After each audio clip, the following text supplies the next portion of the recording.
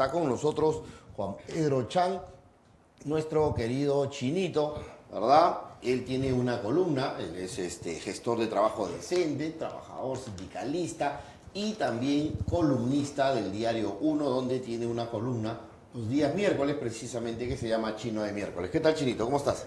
¿Cómo estás, Yuri?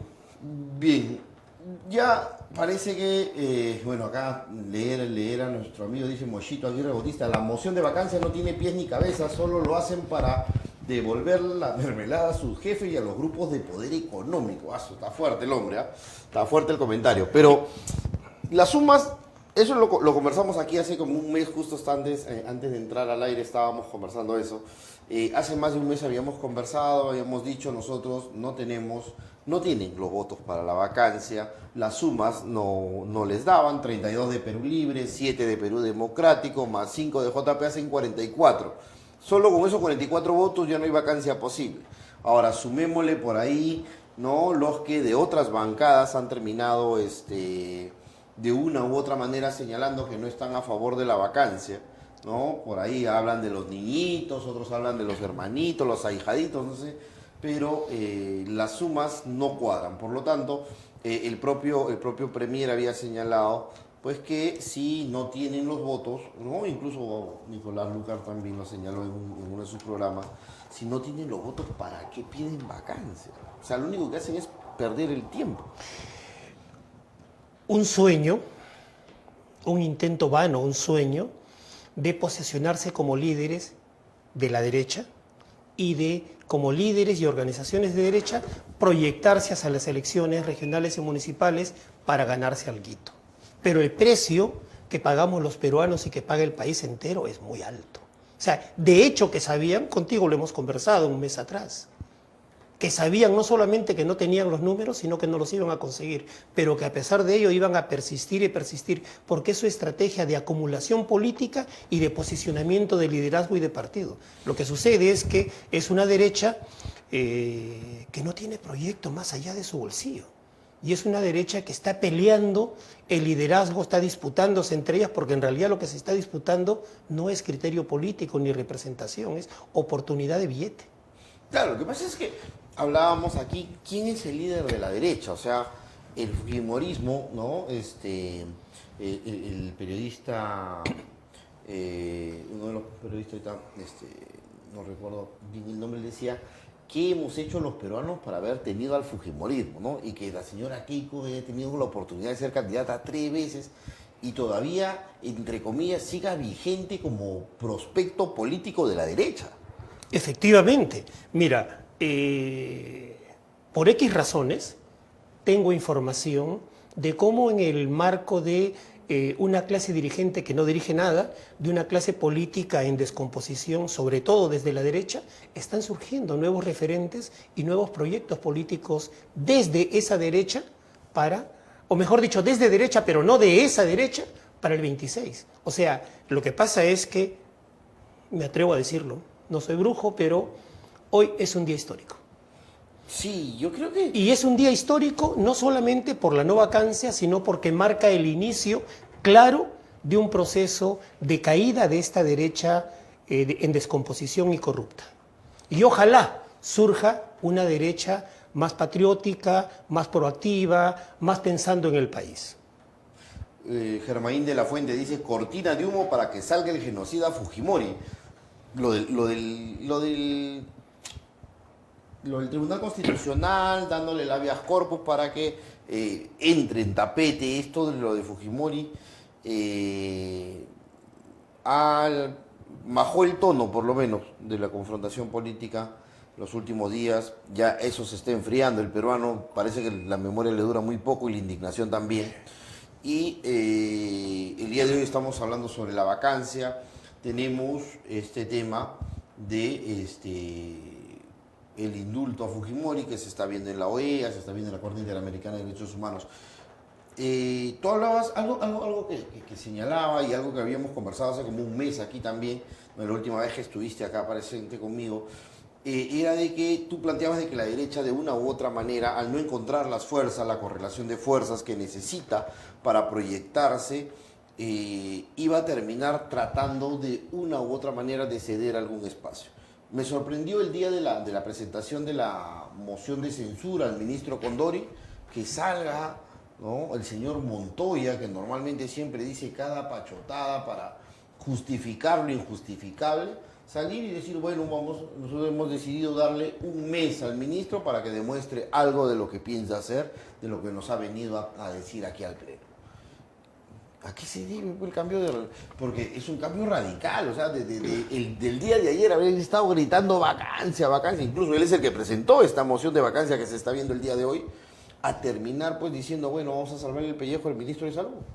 Porque como te digo, en el fondo sabían que no iba a haber vacancia y que la vacancia era simplemente una estrategia y una oportunidad de negociación.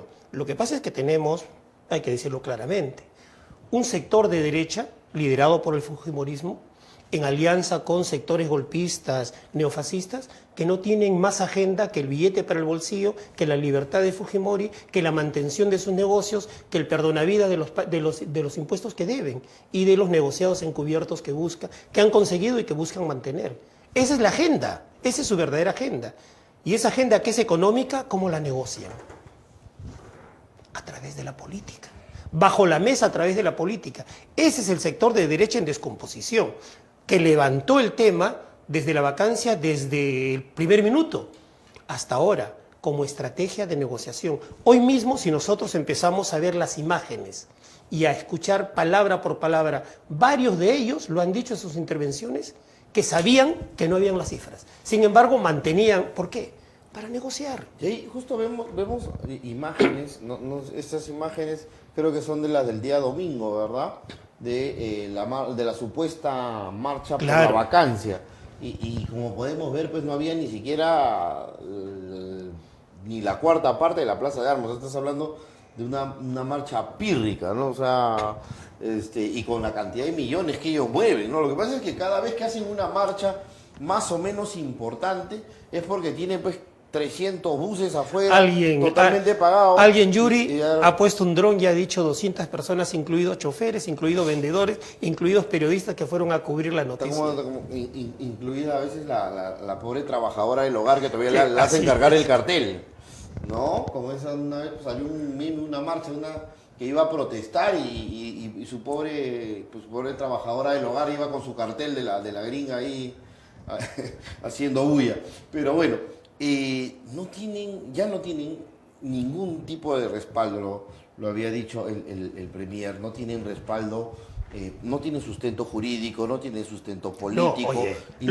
Hoy día ha quedado clarísimo el objetivo político, vacancia porque sí, y negociación política. Vacancia por vacancia. Y el sustento técnico, ya pues, era de reírse, ¿no? En momentos en los cuales... y una de las cosas que era sorprendente, porque muchos de los puntos de esta vacancia estuvieron incluidos en la vacancia anterior, o sea, obvio. Es un refrito. Por eso te digo, técnicamente era de reírse. Era de reírse. En momentos en que estaba ocurriendo eso, yo llamé a un par de amigas de San Marcos. O sea, una de ellas alumna del... De Aníbal. No, de Aníbal no. De el abogado que hoy día estaba sustentando la defensa. Y justo conversaba con ella, pues, y estábamos haciendo el análisis ya más bien jurídico de la sustentación y de la argumentación de la moción de vacancia. Era de reírse. Desde ese momento ya se sabía, y creo que los entendidos siempre lo han sabido, que técnicamente esto se caía. Que la única manera... Es que lo que pasa es que han agarrado el Código de Justicia Militar para algunas cosas. Entonces, el Código de Justicia Militar solamente se aplica a militares en actividad, ni siquiera en retiro. La cosa juzgada es de primer alumno de primer año de Derecho, ¿no? Sí.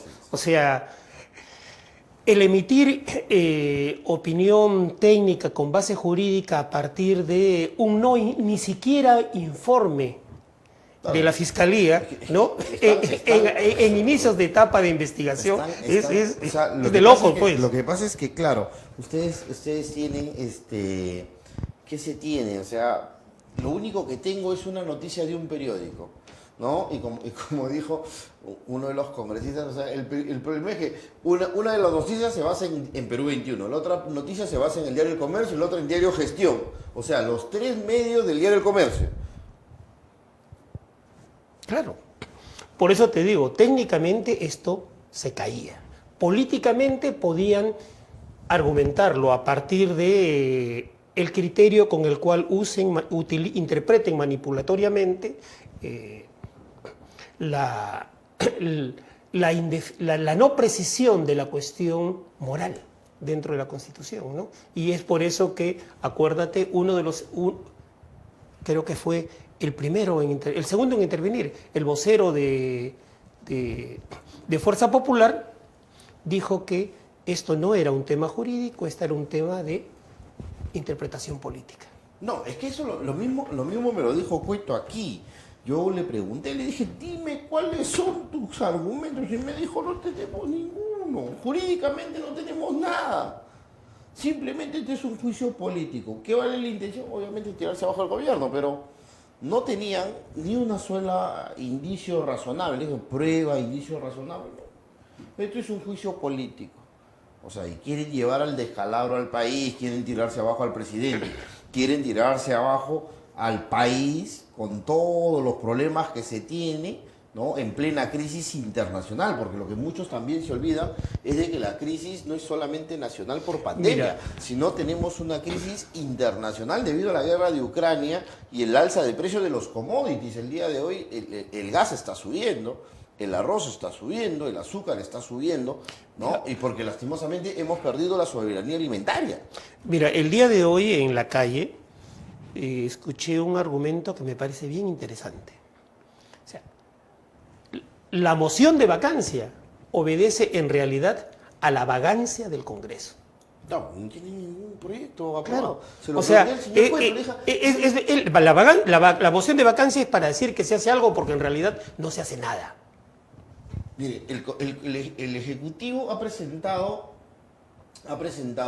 una cantidad importante de proyectos de ley que hasta el día de hoy ni siquiera se debaten. O sea, ni siquiera le pedimos a este Congreso que tenga ingenio, creatividad y que cree leyes, porque no las quiere hacer. Pero por lo menos mínimamente que discuta, debata las leyes que el Ejecutivo le presenta. Que cumpla su rol fiscalizador como debe de ser, ¿no? Fiscalizando de verdad, porque sí creo que hay cosas que debieran de ser a través de la fiscalización ojalá mejoradas en el Ejecutivo, pero que cumpla su rol legislativo, que no lo cumple. Justo lo que estabas diciendo, ¿no? O sea, le pregunté al señor Cueto y le decía si tenía un proyecto de ley aprobado. Uno, me dijo que ninguno. Y que tenía 3 que estaban ahí esperando a ser aprobados y que de repente en 2 o 3 meses tendríamos alguna ley por ahí de él. Esta última semana tienen uno. Un decreto, un proyecto de ley para anular este decreto que regula las tercerizaciones. Mira, para eso sí se pone en mosca y en un ratito, al toque. Para recortar derechos. Y sigue el pleno del Congreso. Claro, eso tiene para rato. Dice, Patricia Chirinos fue rechazada por los representantes de la OEA, me informan aquí mis televidentes. Entonces, no hay salida para el país, no hay salida para la derecha, no hay agenda, no podemos tener una agenda en la cual la derecha diga, bueno, ya, pues estos rojos, comunistas, locos, lo que le quieran llamar, bueno, quieren tirarnos muy a la izquierda, ya, mira, vamos a transar en lo que se puede y en lo que no se puede. Mira, compadre, hasta acá te atraco, de acá para acá ya no, pero mínimamente tengamos una agenda país única, ¿no? Y ciertas cosas, porque para ciertas cosas y dinamitar, por ejemplo, para el tema de Fonavi se pusieron de acuerdo rapidito. A ver, ¿qué le puedes pedir a una derecha no pensante? ¿Qué le puedes pedir a una derecha no productiva? ¿Qué le puedes pedir a una clase política que ha dirigido el país desde sus empresas y de sus intereses económicos y nos ha llevado a donde estamos, ¿no? Mira, te menciono. Hace unos 5 días, acaba de publicarse un estudio económico en proyección, economía y empleo hacia el año 30, el Perú al 2030. vamos a perder el 20% de los puestos de trabajo actualmente existentes por la tecnologización. Viene la tecnología con fuerza. Hemos perdido, producto de la COVID hasta acá, cerca de 2 millones de empleo. Vamos a perder de aquí al 30, 3.100.000 puestos de trabajo. No lo digo yo, lo dice la Universidad del Pacífico. ¿Ya? Entonces, frente a eso, ¿qué tenemos que hacer? Obviamente, sectores políticos, sectores económicos, sectores sociales, sectores laborales, ponernos de acuerdo, pongámonos de acuerdo en qué país queremos y en base al país que concertamos como país futuro, como país de todos, de toda la sangre, comencemos a trabajar. Desde ahí manejemos las diferencias. Hay diferencias políticas, ¿ok? Habrá criterios, inclusive ideológicos diferentes, de acuerdo, pero aprendamos a entendernos y avanzar en una línea de desarrollo y de construcción, de diálogo, de concertación, de política de verdad y no de politiquería. Miren, yo hasta ahora no entiendo, y siempre les digo, cuál es la visión de algunos políticos de a dónde queremos ir, ¿no? Cada país, de acuerdo a su región, ¿no?, tiene una visión, ¿no?, un proyecto país. Un proyecto país. Yo quién quiero ser, ¿no?, dentro de la región, a nivel mundial, ¿no? Ya sabemos, Estados Unidos, Rusia van a siempre aspirar a ser los reyes del mambo. Pero, ¿y nosotros cuál es nuestro proyecto? O sea, sobrevivir y seguir sobreviviendo. Y dejarse, y ser llevados de las narices. ¿No? Porque yo no tengo no veo un proyecto en el cual, digamos, bueno, el Perú apunta a esto, ya todos empujemos el carro para llegar a este punto. Mira, Yuri, hasta los 90s, antes que llegara Fujimori, había una institución que se encargaba de la visión y de la construcción. La planificación. De la planificación. Y obedecía a que en ese entonces había un concepto de que el Estado planificaba y gestionaba en función de lo planificado. De repente apareció el criterio neoliberal de reducción al mínimo posible del Estado y si lo puede desaparecer mejor, porque la economía lo decide todo. Pero el mercado lo decide todo. Se autorregula. El mercado se autorregula, pero la regulación y la fuerza del mercado orienta la política y todo y el Estado. Neoliberalismo puro y duro. Con ese concepto desapareció la institución y la práctica de construir una visión, una planificación y una gestión en función de lo planificado. Han pasado décadas y es el Perú que hoy tenemos. Recién, en estos años, en estas décadas, aparece desde Naciones Unidas los ODS, los Objetivos de Desarrollo Sostenible. Aparecen los Objetivos 2030 a nivel global. Y en nuestro país se reconstruye ese plan. Pero no se le está dando la fuerza política y la validez técnica que tiene. ¿Por qué? Porque hay un criterio ideológico-cultural muy fuerte todavía sobre la no planificación y el mercado manda. Ahora tenemos un proyecto Perú 50. Tenemos un proyecto, bases, lineamientos de un proyecto para un país al 2050. Dime tú, en el proceso electoral, ¿hemos escuchado algo siquiera de eso? Las políticas públicas ofertadas en el proceso electoral, los planes de gobierno han sido con referencia al Perú 2030, más aún al Perú 2050, más aún al Perú bicentenario, al plan nacional, ninguno.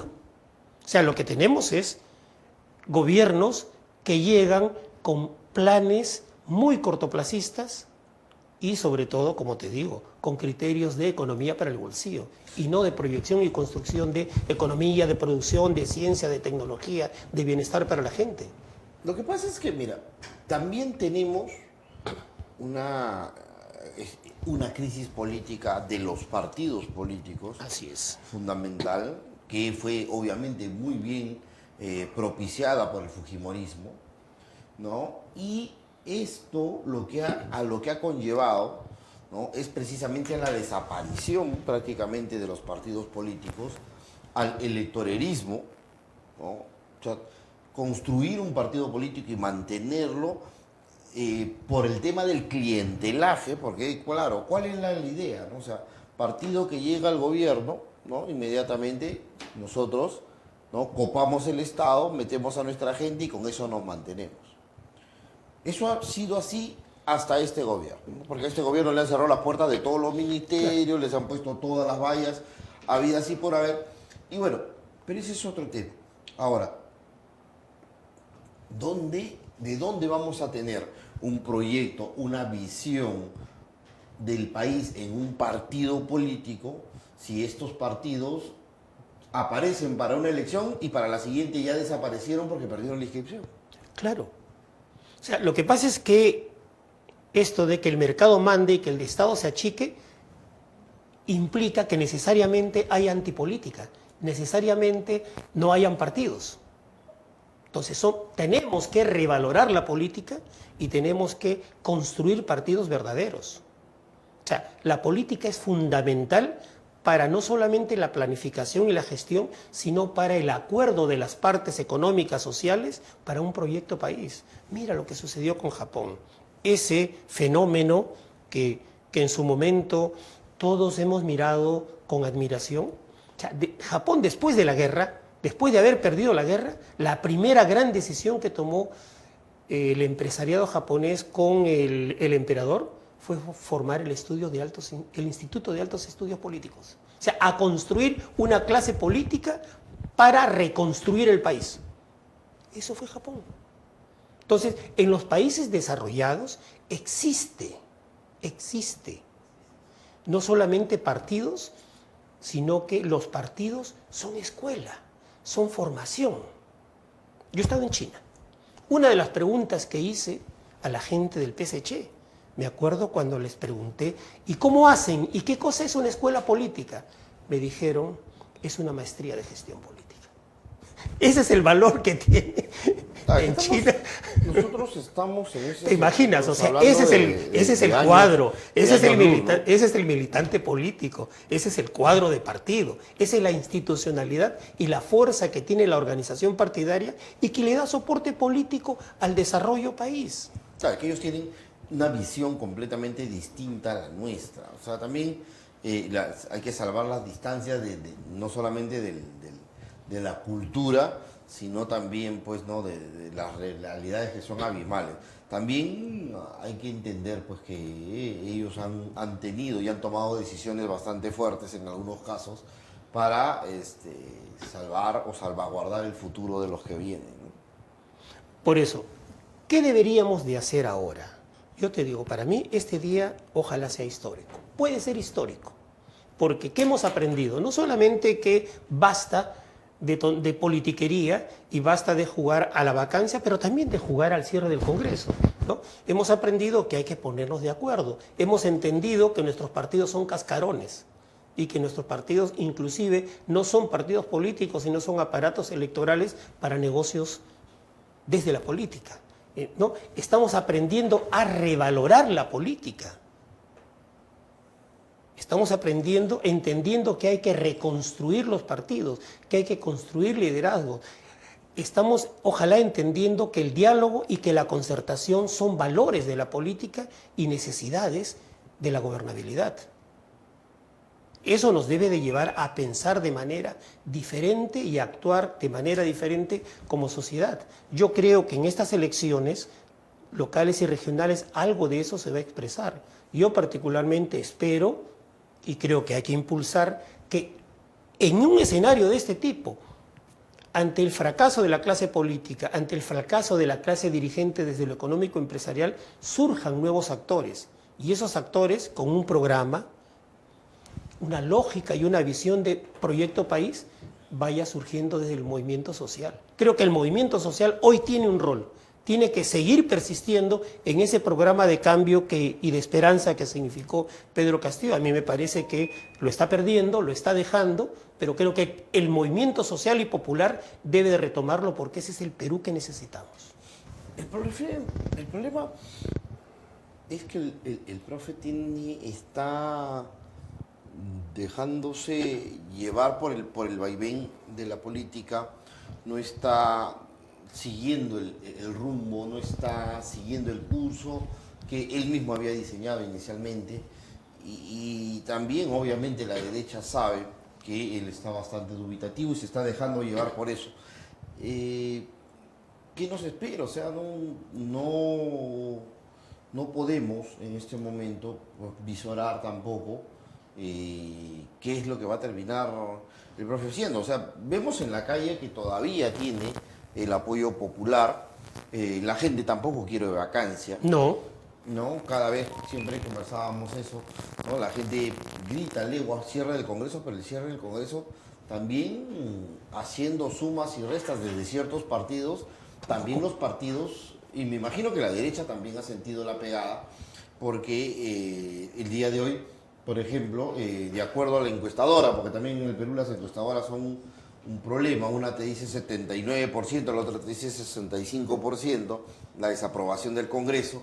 Entonces, estamos, y todavía te dicen como si fuera algo normal, ¿no? O sea, el Congreso históricamente en el Perú siempre estaba entre el 70 y el 80% de desaprobación, o sea, ¿y cuándo vamos a tener un Congreso que por lo menos mínimamente, pues, aunque sea el 50% de peruanos lo acepte? ¿Cuándo vamos a tener estabilidad política? ¿Cuándo vamos a tener gobernabilidad? ¿Cuándo vamos a tener posibilidad de políticas públicas que sean sostenibles en el tiempo? No que un gobierno los impulse y el otro los deje. ¿Cuándo vamos a tener proyectos que tengan esa lógica de continuidad?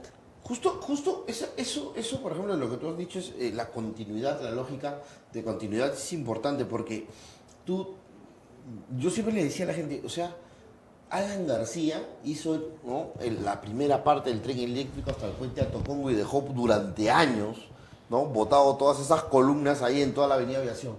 Tuvo que volver el propio Alan García, muchísimos años después, a terminarlo, y ni siquiera terminarlo, a llevarlo hasta la estación Grau. Y de la estación Grau hasta San Juan de Lorenzo ya lo hizo Llanta.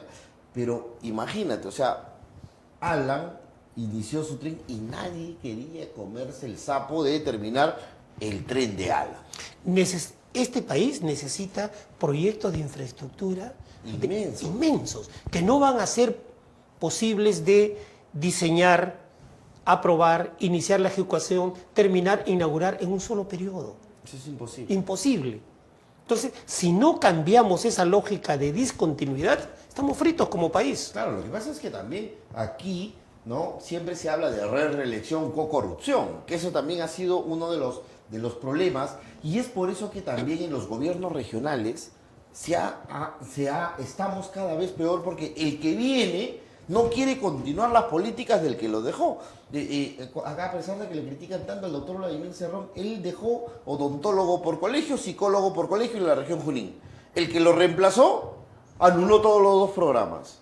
Anuló los programas de alfabetización. O sea, oye, si yo veo que mi antecesor me deja algo bueno, al contrario, deberíamos potenciarlo y mejorarlo. Por eso, mira, Yuri, tú lo has dicho, yo tengo una columna en el Diario 1 y lo publico los miércoles. El miércoles pasado escribí sobre el acuerdo nacional y la crisis política. Y una de las cosas que ahí he afirmado es que el acuerdo nacional, así como ha aprobado 35 políticas de Estado, y esas tienen perspectiva de mediano a largo plazo, sin embargo, necesitamos mecanismos, instrumentos, fiscalización de esas políticas implementadas en el corto plazo. O sea, ¿qué mecanismos hay para que en el corto plazo cada gobierno vaya ejecutando cosas en función de cada una de las 35 políticas? No las tenemos. Entonces, cada gobierno llega con su plan y hace lo que quiere de acuerdo al plan político o lo que se le presenta de acuerdo a el lobby o al financista de campaña o al proyecto que le presenten. Pero a eso nos estaban mandando. Vamos a escuchar, vamos a ver las declaraciones de Patricia Chirinos, ahí que se ha puesto ahí, pero a rabiar. Vamos con la nota, señor director. Esta tarde, Pedro Castillo le ha mostrado al país entero de qué está hecho. no solo ha desnudado una vez más su incapacidad para gobernar, sino que también ha hecho gala de su gran habilidad para escapar. Quizás ese sea el linaje de su familia, porque al igual que sus sobrinos y su exsecretario, huye cobardemente y se esconde de la justicia y de la representación nacional. El ocupante de Palacio vino hoy usando indebidamente la banda. Escuche. Cobarde a la familia del presidente de la República, de la primera investidura de la República, pese a que no reconoce, pero tiene que respetar la investidura del señor presidente. Retiro la palabra. La retiro. Usa una banda cuando lo que él representa es una banda criminal que sistemáticamente viola las leyes de nuestro Estado y mina la moral de nuestra nación. Porque lo que ella hace siempre, cada vez que baja de la directiva, empieza a decir palabras muy fuertes. Merece respeto. El presidente hasta ahora, el día que el Poder Judicial establezca una responsabilidad, puede tener toda la valentía y el argumento para señalar lo que ha señalado. Muchas gracias. Incidente culminado. Continúo. ¿Puedo continuar? Sí. Bueno. Que lo escuchen bien nuestros amigos de la OEA, a quienes personalmente les he llevado el folder de la corrupción de Pedro Castillo, pero que encerraditos en 4 paredes no quisieron recibirme.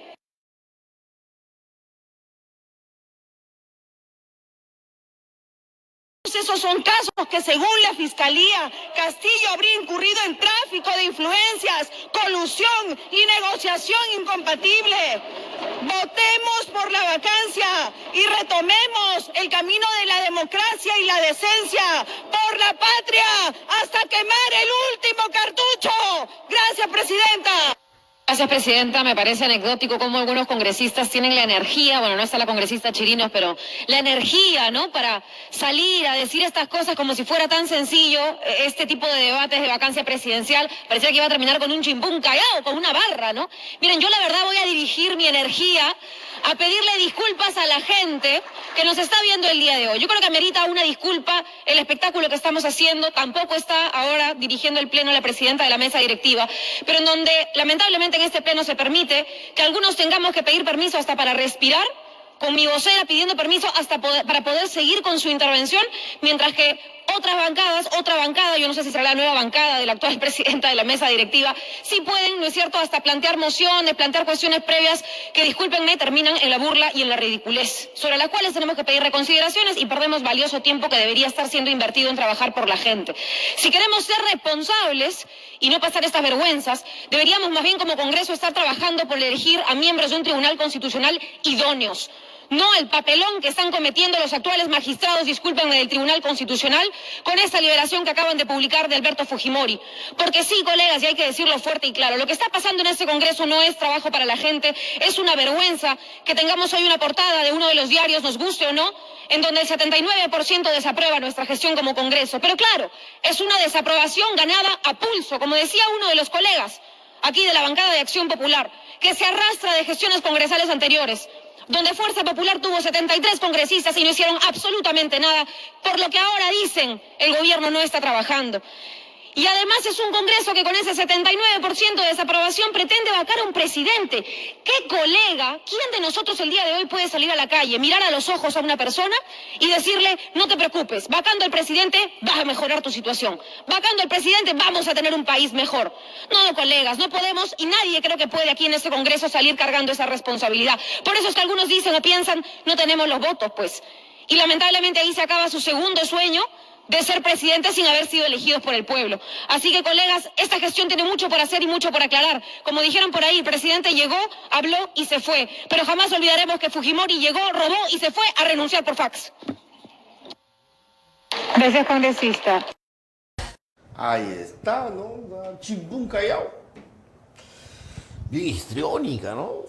La Guman, Hay que contratarla por una telenovela, creo, ¿ah? la Guman del Callao, que no es del Callao, es de La Molina. No, ella vive en La Molina, pero era de Chimpún Callao, pues.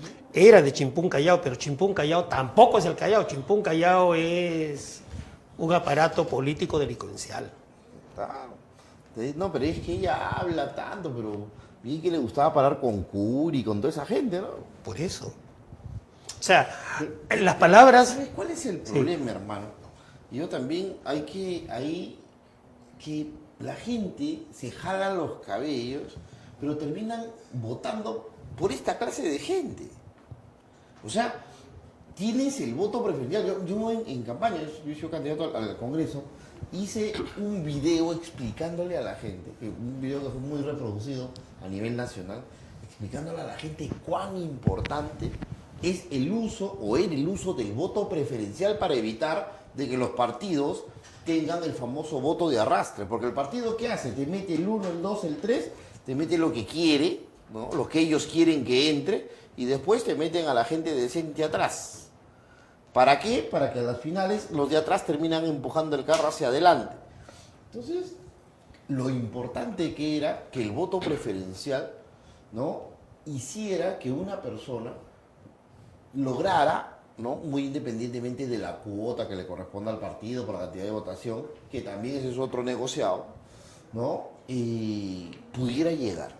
Mira, Yuri. Eso me parecía interesante. Hace un momento conversábamos de cómo el neoliberalismo puro, maldito, duro, por un lado, y el fujimontesinismo como expresión de ese neoliberalismo en el Perú, habían trabajado, promovido la antipolítica. Pero no solo es antipolítica, es anticiudadanía, es anticultura ciudadana. El que no exista ciudadanía y cultura ciudadana e identidad, sentir... Para hacer uso de su defensa, durante el debate de la moción de orden del día 2148, por la causal prevista en el inciso 2 del artículo 113 de la Constitución, el mandatario Pedro Castillo llegó al Parlamento minutos antes de las 3 de la tarde, a bordo de la camioneta en la que se traslada a actividades oficiales, y portaba consigo la banda presidencial. Lo acompañó el primer ministro Aníbal Torres. Señores congresistas, la vacancia promovida es por la causal de incapacidad moral permanente. Todos saben que no contiene un solo elemento que la sustente válidamente, pues se trata de una recopilación de versiones de un sector de la prensa. En la moción en debate solo encontramos dichos sin ninguna corroboración, especulaciones, nexos imaginarios y sin sustento en los hechos y en el derecho. El abogado José Félix Palomino, encargado de la defensa del presidente Pedro Castillo ante el Congreso de la República, continuó con su presentación, en la que detalló las razones por las cuales no debe proceder la segunda moción de vacancia presidencial por incapacidad moral. La causal de incapacidad moral permanente implica que la situación de hecho que la sustenta no puede ser variada. Voy terminando con esto. Esto significa que al presidente no se le puede vacar por situaciones que no son permanentes, pues se le acusa de cometer supuestos delitos e infringir la Constitución.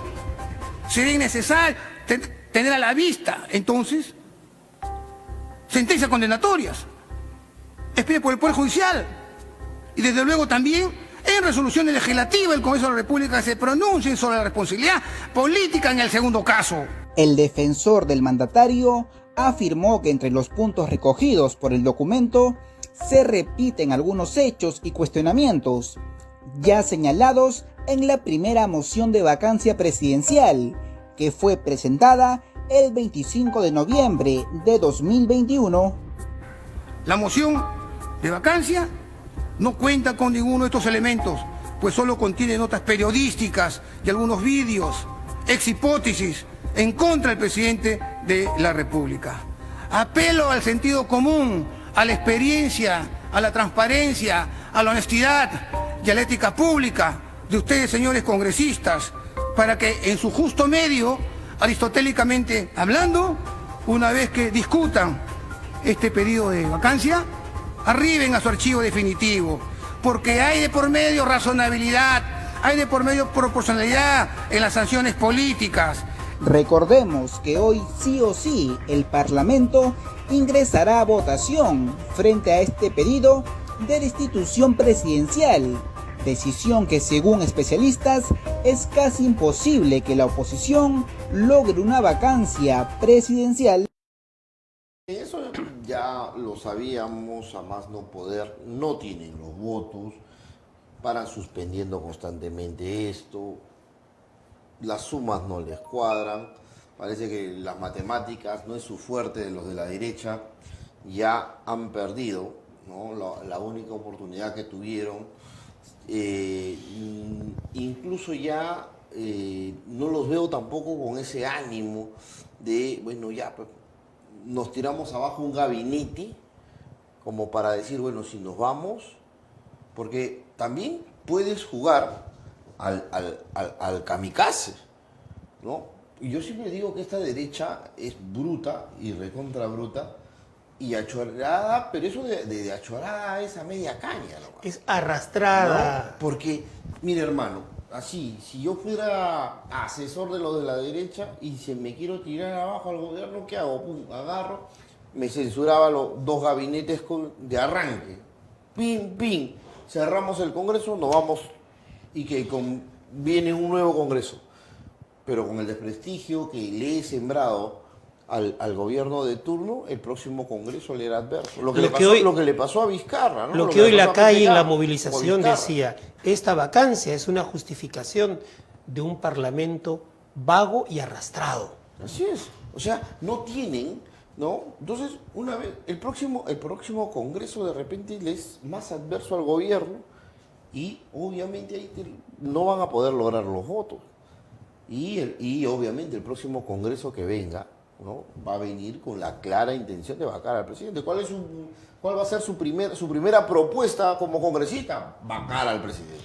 Y eso que va a mover mucho de el descontento que también siente el propio sector, un sector que ha apoyado al profesor Castillo. Pero mira, hagamos un esfuerzo en los 2 minutos, 3 minutos que nos quedan por mirar las cosas en perspectiva. No miremos solo Pedro Castillo, no miremos solo este Congreso. Miremos los últimos 6 años y miremos lo que puede suceder con el Perú más adelante. Inestabilidad permanente. No podemos seguir en una inestabilidad política, económica, social permanente. Tiene que haber entendimiento y buen funcionamiento entre los poderes. Y para eso tiene que haber partido, tiene que haber sociedad, tiene que haber proyecto país, tiene que haber cultura ciudadana y proyectos políticos verdaderos. Porque si no, el botín es la presidencia y los negociados desde el Ejecutivo. Y entonces el Congreso y los partidos a lo único que van a jugar es a yo te corto la cabeza. O sea, ¿eso queremos para el Perú? Sí, lo que pasa es que se están peleando, ¿no? Por la torta. Pues. Por la torta. Pues. Por eso es que necesitamos que se resuelva de una vez por todas este asunto de la incapacidad moral permanente.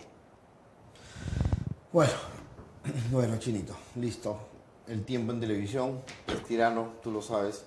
Nos estamos viendo próximamente, Chinito, no te pierdas, para seguir conversando. Seguiremos conversando y seguiremos insistiendo. Nueva clase política, nueva clase dirigente y un Perú nuevo. Gracias, Chinito. Estuvo con nosotros, ¿no? Juan Pedro Chan.